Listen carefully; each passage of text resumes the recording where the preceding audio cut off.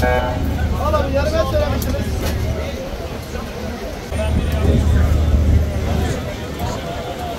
Teşekkür.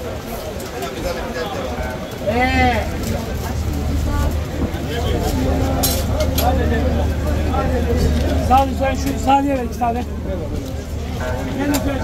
Aman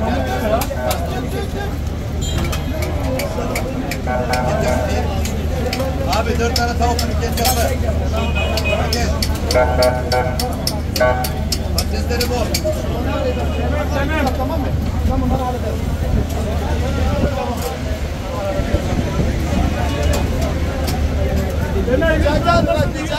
Yüz gram sevmedim, 100 gram. Ha? Bir tane. 100 gram. Bir tane, yeah. Al bana 3 tane Tamam. Sen 100 gram nasıl dömer? Bunun mu?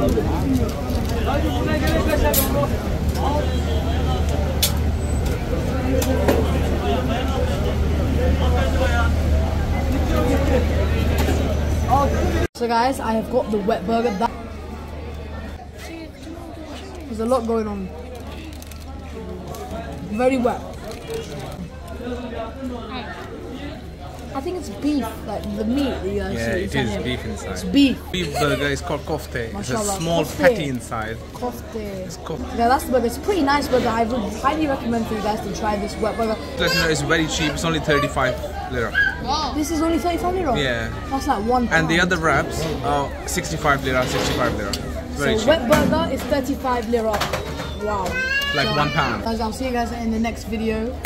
So I hope you guys enjoyed this video where we went inside Taksim Square. But yeah guys, see you guys in the next video in Turkey. See you guys in the next video. And I think the next time that you guys will see this video will be in day 6 or day 7. See you guys in the next video. Goodbye.